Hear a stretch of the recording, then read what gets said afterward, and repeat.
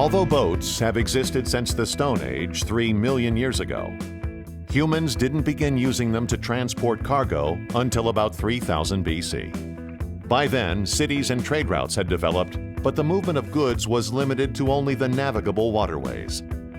People are industrious, of course, and it didn't take long for them to realize that by digging waterways of their own, they could connect even more of their cities to the sea. The shortcut between the Atlantic and Pacific Oceans has been a dream for some time, ever since the arrival of the Spanish in the New World. The ancient Egyptians were the early leaders in canal building. It is believed that their first canal was used to transport heavy stone from the rock quarry to the Nile River. Only in the last few years have experts discovered evidence of a system of canals leading to the Giza pyramids and the Luxor temple. Instead of hauling the enormous obelisks and statues over land as we once believed, it's more likely that the pyramids were constructed through the use of canals. The Egyptians are said to have built 80 canals, up to 100 miles long, the most famous of which connected the Nile to the Red Sea and would later evolve into the Suez Canal. The Suez Canal, which opened in 1869, connected the Mediterranean with the Red Sea and allowed water transportation between the West and the East without having to circumnavigate Africa. Throughout the 19th century, there were many expeditions and surveys of the area, but it seemed that diplomatic reasons and political reasons, economic reasons, geographical reasons, all pointed to the fact that it seemed to be an impractical dream. French developer Ferdinand de Lesseps is credited with being the force behind the project. His background as a diplomat made him perfect for the international venture, and after its completion, he was appointed by public opinion to repeat the success by building a canal through Panama. Forging a more efficient trade route between the Atlantic and Pacific Oceans had been a long-standing goal, but now, with the increase of settlers to the West Coast and the discovery of gold in California, it was a necessity. Many came to believe that perhaps a Central American canal was indeed within reach, a canal that would complete the highway of water for world trade around the world. The French broke ground in Panama in 1882. And although this new canal would be less than half as long as the Suez, only about 50 miles, conditions in Panama were far more challenging than the flat, sandy deserts of Egypt.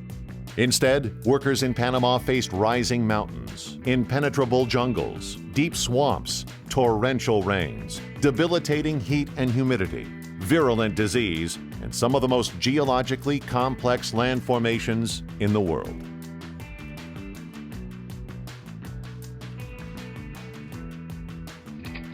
The developers of the Panama Canal certainly faced many geological and physical challenges. They knew that they had to cut through the continental divide that ran throughout the isthmus, and they knew that they had to face a major river that would flood with seasonal rains. But what they didn't realize was that the subsoil would often lead to landslides, and these chronic landslides would slow down the progress. Centuries before, in the early 1500s, when the project was first imagined, it had defeated the technical expertise of both Spain and the Holy Roman Empire. It should have come as no surprise that it would also defy the French, even under the leadership of their hero de Lesseps. Brutal working conditions, yellow fever, and malaria claimed an estimated 22,000 lives and $260 million before the project finally went bankrupt 7 years after first breaking ground. In January of 1898, President William McKinley declared that using the U.S. military to pry open foreign markets was a legitimate function of the government. Acting as an agent for its businessmen, the U.S. imagined 400 million paying customers in China. In fact, McKinley and others pressured Congress not only for a Central American canal, but also for the annexation of Hawaii as the vital connection to the vast Asian marketplace. American media outlets cheered the land grabs and associated occupations. The New York Sun offered this editorial: "The America of the 20th century has taken its first and most significant step towards the grave responsibility and high rewards of manifest destiny. When McKinley was assassinated in 1901, his vice president, Theodore Roosevelt, took office. Roosevelt summed up his approach to foreign relations with a West African proverb: "Speak softly and carry a big stick." He believed that an American big stick would help civilize the world. In fact, as president, he redefined the defensive spirit of the Monroe Doctrine as offensive justification to swing his big stick. Additionally, Roosevelt proclaimed that if any South American country misbehaves, it should be spanked. For Roosevelt, a U.S.-controlled canal was an absolute necessity in the country's quest to become an imperial and global power. Creating a gateway that connected the Pacific and Atlantic would allow for the rapid deployment of naval fleets and would give the U.S. supremacy over both its coastal oceans. President Roosevelt truly appreciated the commercial value of an Isthmian canal, but his focus was more on its strategic value. Roosevelt wanted to take America and place it on the world stage. He wanted America to be one of the new imperial powers. As the naval strategist Alfred Thayer Mahan had put it, if the United States wants to be an imperial power, it must have a modern navy with coaling stations and an Isthmian canal in order for their navy to be able to sail in both oceans. The canal project was given even more urgency following the destruction of a U.S. battleship in Cuba. Its replacement was dispatched from San Francisco, but the voyage around Cape Horn in South America took 67 days, more than twice as long as it would have taken if there had been a route through Central America. Roosevelt pressed for a solution and set his sights on acquiring France's efforts in Panama. Aside from the 7 years of progress the French had undertaken, Panama was already a major trade route with thriving ports on either side. Cargo from ships was offloaded on one side and transported to the other by railway. Roosevelt used the plan for a route through Nicaragua as a means to get the French to sell their stake in Panama for a reduced rate. After securing the rights to the French Canal project for a paltry 15 cents on the dollar, the Roosevelt administration wasted no time in proposing a treaty with Colombia, which controlled Panama. They offered the Colombian government $10 million in cash and an annual payment of $250,000. But the Colombian Senate wanted more, and Roosevelt refused to cave in. Instead, Roosevelt hinted to the Panamanian rebels that if they revolted, the U.S. Navy would assist their efforts for independence. Critics charged that Roosevelt had conspired to instigate the revolution in Panama. As Roosevelt later said, "While I was president, I kept my foot on these revolutions. In this case, I simply lifted my foot." In 1904, the same year that the United States got the canal concession from the French, Theodore Roosevelt announced his corollary to the Monroe Doctrine, which basically made the United States the regional policeman in the Western Hemisphere. Roosevelt was furious. He felt that these Colombian legislators, whom he called bandits, were holding up the United States and holding up civilization. In truth, the Colombians would have easily squelched the revolt, but the presence of 10 U.S. warships prevented Colombia from sending additional troops. Instead, without firing a single shot, Panamanian rebels successfully carried out a bloodless coup, and the U.S. immediately recognized the Republic of Panama as an independent nation. These actions allowed Roosevelt to wrestle away the canal rights. Then he extracted, some might say extorted, the canal rights from Panama in perpetuity. Roosevelt later admitted that he, quote, took the canal and let Congress debate it. Big stick, indeed. No action during Roosevelt's presidency aroused as much controversy. At the time, the New York Times called it an act of sordid conquest. The New York Evening Post called it a vulgar and mercenary venture. More recently, historians have labeled it one of the greatest blunders in American foreign policy. Yet, despite all this, the Panama Canal is also considered to be one of the engineering wonders of the world. U.S. construction began in 1904, and $375 million was spent on its completion over the next 10 years, a colossal amount of money at the turn of the 20th century, equivalent to nearly $9 billion today. This great engineering feat did indeed realize the dream that had been held by so many for so long. Now, one could travel from the east coast of the United States to the west coast of the United States on a trip that was shortened because you could go through the canal. In fact, when Roosevelt visited the site in 1906, he was the first sitting president to ever visit a foreign country. The work began not by digging, but instead by cleaning. Workers drained swamps, swept drainage ditches, paved roads, installed plumbing, and sprayed pesticides by the tonnage. Entire towns rose from the jungle, complete with housing, schools, churches, commissaries, and social halls. Engineers wisely knew that only a well-housed, well-fed, disease-free labor force could be expected to endure the long years of construction. At its height, the canal employed some 43,000 laborers making 10 cents an hour. The bulk of the workforce came from the islands of the Caribbean and the British West Indies. And yet, despite the improved working conditions, more than 5,000 men lost their lives, largely due to outbreaks of malaria as well as accidents. The digging commenced on a scale never before witnessed.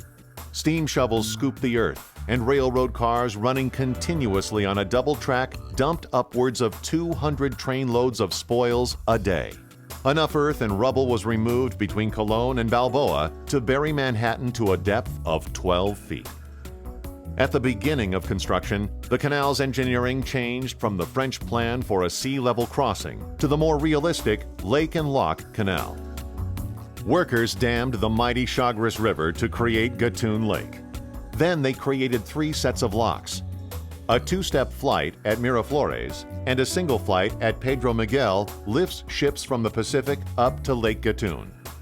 Then a triple flight at Gatun lowers them to the Atlantic side. All 3 sets of locks are paired. That is, there are 2 parallel flights of locks at each of the 3 lock sites. This, in principle, allows ships to pass in opposite directions simultaneously.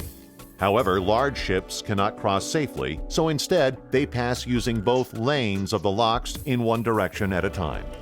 In total, the locks raise vessels 85 feet above sea level from the Atlantic or Pacific Oceans to the water level of the lake. An average of 55 million gallons of fresh water is fed by gravity, and it takes about 8 minutes to fill each chamber. After sailing through the Continental Divide, vessels are again lowered to sea level on the opposite side. On August 15, 1914, a Panama Railway steamship made the first official transit of the canal and its complex system of dams and locks. Ships that were once forced to travel to the southernmost tip of South America cut 7,800 miles, or 12,500 kilometers, from their voyages. The Panama Canal was the greatest engineering project in the history of the world, and yet the world scarcely noticed. At the time of its completion, German troops were driving across Belgium toward Paris, and newspapers relegated Panama to their back pages, dwarfed by the totality and carnage of World War I.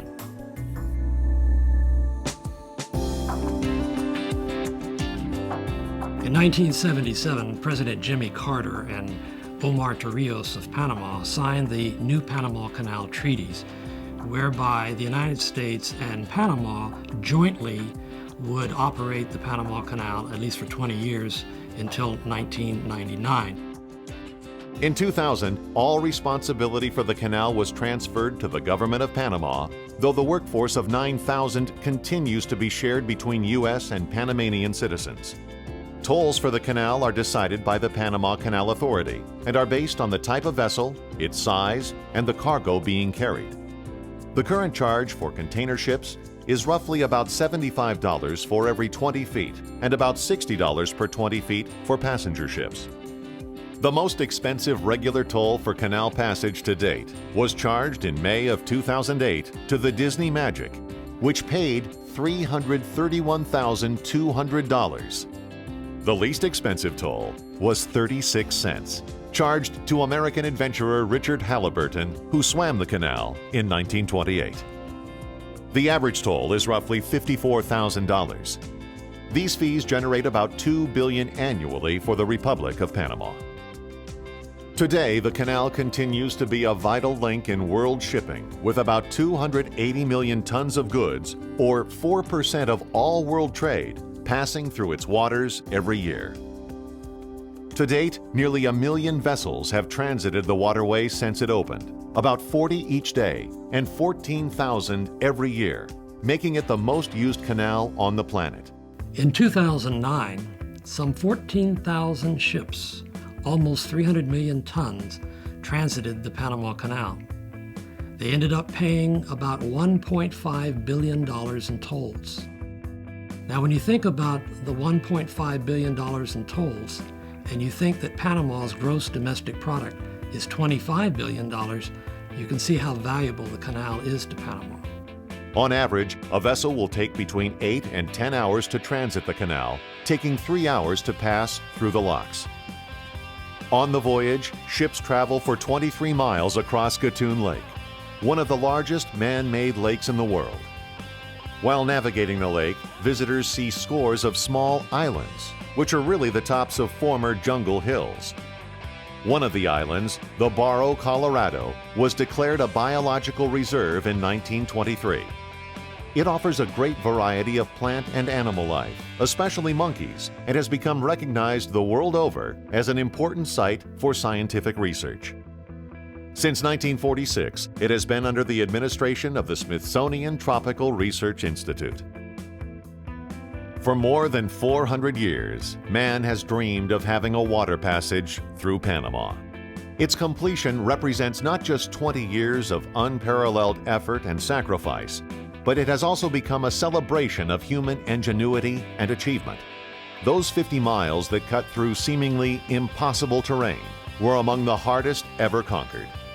Without turning a blind eye to all the deaths and wrongs that went into its making, at its best, the Panama Canal represents that age-old and noble desire to bridge the divide and bring people together. It can even be seen as the ultimate expression of civilization.